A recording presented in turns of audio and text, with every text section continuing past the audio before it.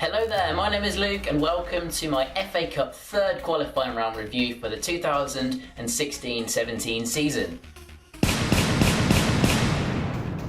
So first of all I'm going to talk about the lowest ranked side to be in the fourth qualifying round this year, and it is Westfields FC of the 9th tier. They beat Walton Casuals of the 8th tier 4-0, an emphatic victory to put them through to the fourth qualifying round. So next up is Bishop Auckland of the 8th tier. They beat Farsley 1-0 to put them through to the next round of the FA Cup. So next up is the lowest ranked side in the third qualifying round of the FA Cup this year, and it is Morpeth Town of the 10th tier.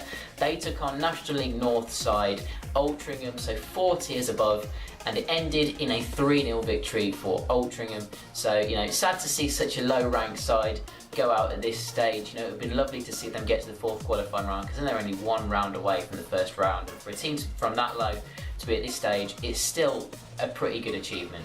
7th tier side Spennymoor Town managed to beat Chorley 1-0 at home. Chorley, they've made a good start in the National League North, so it's a great result for Spennymoor, although they are spending a little bit of money. They have got some good players like Rob Ramshaw and Jamie Chandler, formerly of Gateshead. Next up is Stourbridge, who got to the second round last year. They've gone on some really good FA Cup runs in recent years, and they knocked Harriers out last year. It was pretty depressing, to be honest. But they are through, they're through to the next round. They won 2-1 away at Ilkeston, and I can see them going through to the second round again this year. They're just that sort of team. They're just really good in the FA Cup and not very good in the league.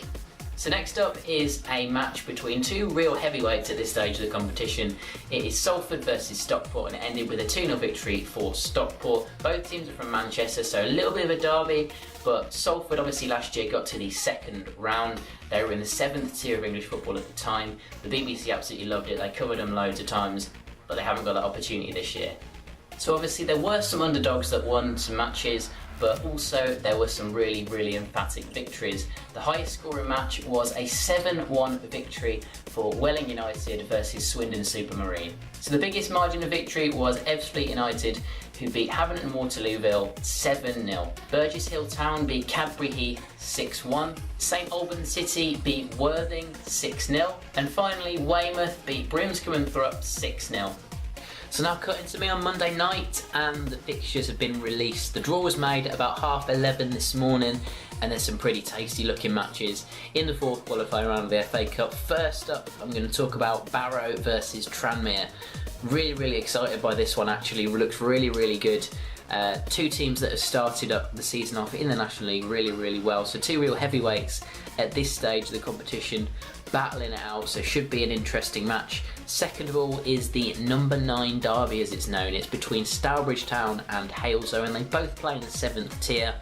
Massive rivals. They get massive attendances of about 1,500, maybe even 2,000 whenever they play each other. Massive derby in the West Midlands, local to me.